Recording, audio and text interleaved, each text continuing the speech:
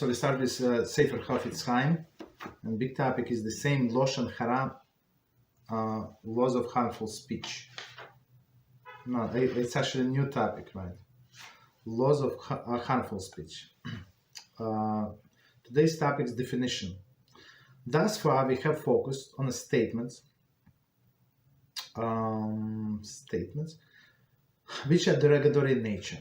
The second category of Lashon Hara involves statements that could potentially cause harm to a person, be it physical, emotional, financial. So until now we said something like somebody insults somebody, right? So he said or she said somebody is fat, somebody is ugly, this and that, that they lose money, that it caused something. Maybe yes, maybe no. Maybe this girl lost shidduch because of that, right?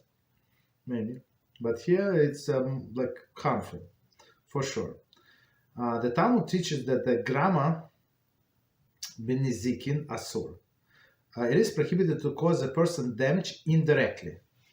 And in many cases in Torah it says that the person is going to get punished by the hands of Hashem, right? Because the earthly Beis Din cannot prosecute the case because this person was involved only like grama, indirectly. Okay.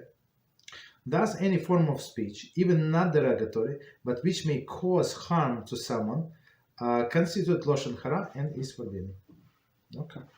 So, even indirect. Okay, we stop here.